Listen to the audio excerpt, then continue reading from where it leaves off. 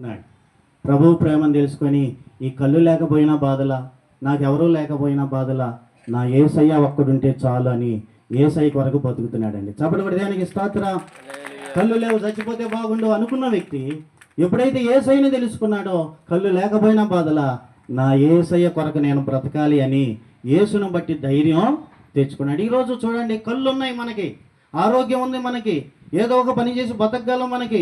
కానీ చిన్న సమస్య రాగానే నాది ఒక బతికేనా, సావన్నా రావట్లేదని కలిగిన మనిషి ఏమంటే బాగాలేనోళ్ళేమో హాస్పిటల్లో పడి దినాలు కొట్టుకులాడుతుంటే, బతికుండి ఆరోగ్యంగా ఉన్న వాళ్ళే ఎక్కువగా ఆత్మహత్యలు చేసుకొని తమ్ముడు చంపుకొని బతుకుతున్నారండి. ఇదంతా కారణం ఏంటంటే సైతాను కుట్ర.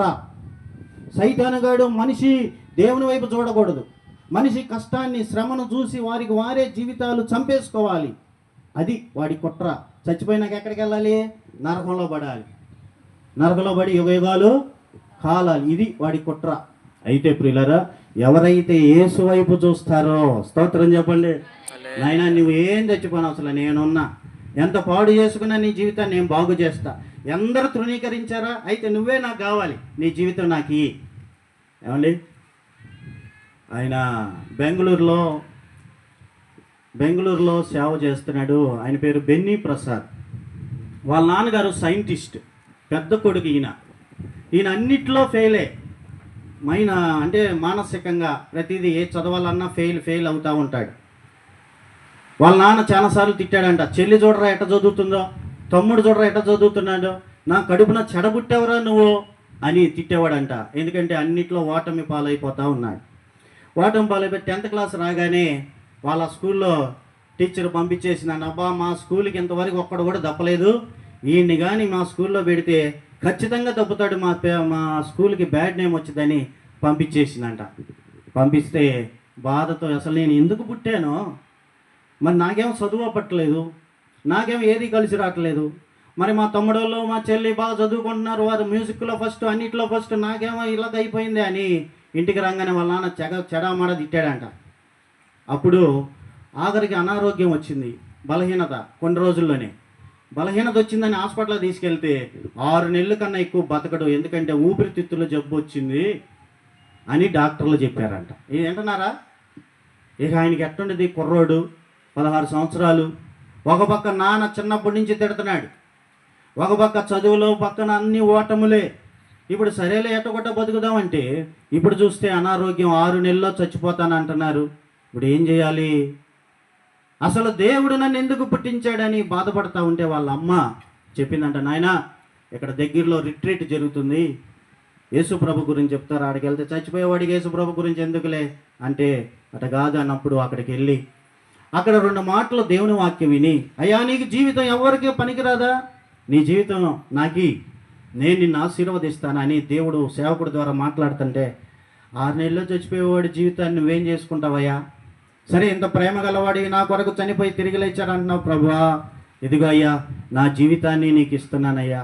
కానీ చచ్చిపోయేలోపే అన్నిటిలో ఓటమి అయిపోయిన నా జీవితం, చచ్చేలోపే ఏదైనా ఒక విజయం అన్నా చూసి చచ్చిపోవటానికి నాకు సహాయం చేయని ప్రార్థన చేసుకొని ఆ రోజే యేసు ప్రభుని సొంత రక్షకుడిగా అంగీకరించాడు. అంగీకరించిన తర్వాత ఏమైందో తెలుసా అండి? 6 నెలల్లో చచ్చిపోలా, 6 నెలల్లో మరలా ఆరోగ్యాన్ని పొందుకున్నాడు. చప్పటి కూడా దేని స్తోత్రం. డాక్టర్లే ఆశ్చర్యపడే అంత ఊపిరితిత్తులు మళ్ళీ బాగుపడ్డాయి. ఆ తర్వాత మ్యూజిక్ నేర్చుకుంటానని ప్రార్థన చేసుకొని, ప్రభువా, ఈ మ్యూజిక్ను నేను నేర్చుకుంటాను అన్నప్పుడు వాళ్ళ నాన్న వాళ్ళ అమ్మతో అన్నాడంట, వాడు అసలు ఏది చూసినా ఫెయిలే, ఇప్పుడు అదొక మళ్ళీ మ్యూజిక్ వాడి చచ్చేవాడికి అని అంటే, కాదండి, వాడు అసలే మానసికంగా ఉన్నాడు, బాధ పెట్టొద్దంటే ఆ గిటారా ప్లే చేయటం నేర్చుకున్నాడు. గిటారా ప్లే చేసి నేర్చుకొని, అయ్యా, ఒక దేశమన్నా నేను వెళ్ళాలి, మా నాన్న దేనికి పనికిరావు అంటున్నాడు కదా, నువ్వు ఇప్పుడు నాకు తండ్రిగా ఉన్నావు, నాకు సహాయం చేయయ్యా అని ప్రార్థన చేస్తే ప్రభు మాట్లాడాడంట. ఏమని తెలుసా? అయ్యా, ఒక దేశం ఏంటి, 2010 లోపు నేను ప్రపంచ దేశాలన్నీ తిప్పుతానని దేవుడు వాగ్దానం చేశాడు. చెప్పబడండి, నమ్మలా ఆయన. నిజంగానే ఈరోజు గిన్నీస్ బుక్ రికార్డ్ ఎక్కాడు ఆయన, బెన్నీ ప్రసాద్ అని ఆయన. ఎందుకు తెలుసా? గిటారా వాయిస్తాడు, దాంట్లోనే తబలాలాగా వాయిస్తాడు. అది ఎవరికి సాధ్యం కాదు. ఆయనే సొంతగా కనిపెట్టాడు గిటారా ప్లస్ ఆ తబలాని. అనేక ప్రోగ్రామ్స్ ఇస్తున్నాడు. ఇప్పటికే బ్రతికే ఉన్నాడు, పెళ్ళయింది, దేవుని సేవ చేస్తున్నాడు. చెప్పలు కూడా దేవుని స్తోత్రం. ప్రపంచం అంతా తిరిగాడు. తన జీవితం ఒకప్పుడు ఏంటి? ఓటమి. తను ఎంత ప్రయత్నిద్దామన్నా తన వల్ల కాల. తన బ్రతుకుదామన్నా బ్రతకడానికి లేని అంత రోగం వచ్చి పడింది. డాక్టర్లే చెప్పేశారు చచ్చిపోతాడని. కానీ ఎప్పుడైతే ప్రభువుకు తన జీవితం ఇచ్చాడో ఆ రోజు నుండి తన జీవితంలో విజయాలు చూడటం మొదలుపెట్టాడు. స్తోత్రం.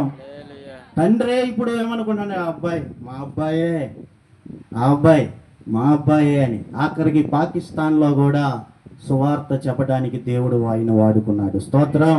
సువార్త ప్రకటించకూడదయా, నువ్వేదో వచ్చి ప్రోగ్రామ్ చేయి, నువ్వేందో గిన్నిస్ బుక్ ఎక్కావంట, కానీ నీ ఏసై గురించి మాత్రం చెప్పకూడదు అన్నారంట. అయినా కానీ ఏం చేశాడో తెలుసా? బతికిచ్చిన ఏసై గురించి నేను ఎలా చెప్పకుండా ఉంటానని మరి వాళ్ళ రూల్స్ని అతిక్రమించకూడదు కదా. టోపీ ఒకటి పెట్టుకొని వెళ్ళాడు. ఏంటది? టోపీ. జీసస్ నన్ను రక్షించాడని అర్థం వచ్చే టోపీ పెట్టుకొని గిటారా వాయిస్తూ ఉంటే అందరూ చప్పట్లు కొట్టారు. స్తోత్రం. తను నోరు తెరిచి చెప్పలేదు కానీ తన జీవితం ద్వారా అనేకులకు యేసయ్యని ప్రకటించాడు. ఈ రోజుకి బ్రతికే ఉన్నాడు. ఈరోజు పిల్లరా, లోకాన్ని చూస్తే అలిసిపోతాం, లోకాన్ని చూస్తే మన జీవితం మీద మనకే విరక్తి కలిగిద్ది. అలా కాకుండా నీ జీవితం నా చేతిలో పెడితే నేను నడిపిస్తా.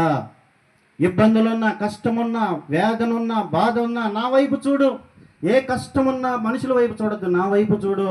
నేను నిన్ను నడిపిస్తా, విజయంలోనికి నడిపిస్తా. స్తోత్రం. ఇది దేవుడు చెప్తున్న మాట. ఈరోజు మరి దేవుని నమ్ముకొని కూడా దేవుని మార్గంలో వెళ్తున్నప్పుడు కూడా ప్రయాసం ఉంటుంది. ఇది ఇరుకైన మార్గం, అన్నీ కలిసి వస్తాయని ఏం చెప్పట్లా, కానీ క్షేమం కలిగిద్ది. ఈరోజు ఏ విషయంలో నువ్వు పోరాటంలో వెళ్తున్నావో యేసయ్య వైపు చూస్తూ ఖచ్చితంగా దాంట్లో జయము ఉంది. స్తోత్రం. ఎందుకంటే ఆయన నీ పక్షంగా ఉన్నాడు. అందుకే యేసయ్య చెప్తున్నాడు, ప్రతి భారమును సులువుగా చిక్కులు పెట్టు, పాపమును విడిచిపెట్టు. ఈరోజు దేవుని బిడ్డలుగా ఉన్న మనం సాతానుగాడు భారాలు మోపుతాడు. ఈ ఒక్క మాట చెప్పినా ముగినా. స్తోత్రం చెప్పండి ఒకసారి. హల్లెలూయా. భారం ఏంటో తెలుసా? అమ్మో, ఈ భారం మనం మొయ్యలేం. ఒకప్పుడు అంటే లోకం, ఇప్పుడు యేసయ్య ఉన్నాడు. యేసయ్య మార్గంలో వెళ్తున్న భారాలు ఉంటాయి. ఆ భారాలు, బాధ్యతలు, ఎన్నో రకాల ఇబ్బందులు, అవమానాలు ఈ మార్గంలో వెళ్ళినప్పుడు ఉంటాయి. లోకంలో ఉంటాయి, దేవుల్లో ఉన్నప్పుడు కూడా ఉంటాయి. కానీ ఎవరి వైపు చూడాలి? స్తోత్రం చెప్పండి. ఎవరి వైపు? యేసయ్య వైపు చూడాలి. అదే ఆయన చెప్పింది, విశ్వాసానికి కర్త దాన్ని కొనసాగించు, యేసు వైపు చూచుచు పందెమందు ఓపికతో పరిగెత్తు అంటున్నాడు. యేసయ్య వైపు చూడకుండా భారాలు మోపి ఇక నువ్వు వెళ్ళలేవు, భక్తి చేయలేవు, ఈ కుటుంబాన్ని కట్టలేవు. ఇప్పుడు చూడు, నువ్వు ఎంత నీతిగా బతికినా నీకే కష్టాలు, దేవుని కొరకు ఎంత యథార్థంగా బతికినా నీకే ఇబ్బందులు, ఈ భారాన్ని మోయలేవు, ఈ దేవుడు లేదు, ప్రార్థన లేదు అనిపించేటట్టు చేస్తాడాడు. ఏం చేయాలి మరి? భారాన్ని విడిచిపెట్టాలి. ఎక్కడ విడిచిపెట్టాలి? యేసయ్య వైపు చూస్తూ ప్రార్థనలో ఆయన మీద మన భారం వేయాలి. చప్పటి దేవునికి స్తోత్రం. గట్టిగా హల్లెలూయా. భారం, ఆ భారాలు ఏమున్నాయో, నీ బాధ్యతలు ఏమున్నాయో, ఏమండి, నీ భారములు, నీ బాధ్యతలు, నీ బరువును మోసే దేవుడు ప్రభు అయిన యేసుక్రీస్తు. హల్లెలూయా. నీ భారము యెహోవా మీద వేయు. పాటలు నేర్చుకోవాలి నేను. స్తోత్రం. హల్లెలూయా. సేవకు వచ్చిన కానీ పాఠం పాడటం, నేనే ఉన్న పాటలు మర్చిపోవటం. స్తోత్రం చెప్పండి ఒకసారి. కాబట్టి దేవుని మీద భారం వేయి. చాలా మంది ఈ భారాల వల్ల కుంగిపోతున్నారు, ప్రార్థన కూడా చేయటంలా. ఇప్పుడు వ్యక్తిగతంగా నీకు వస్తున్న భారాలను ఒక్కదానివే తీర్చుకోలేవు, ఒక్కడివే ఆ భారం మొయ్యలేవు. అందుకే సంఘం ఉంది. స్తోత్రం చెప్పండి అండి.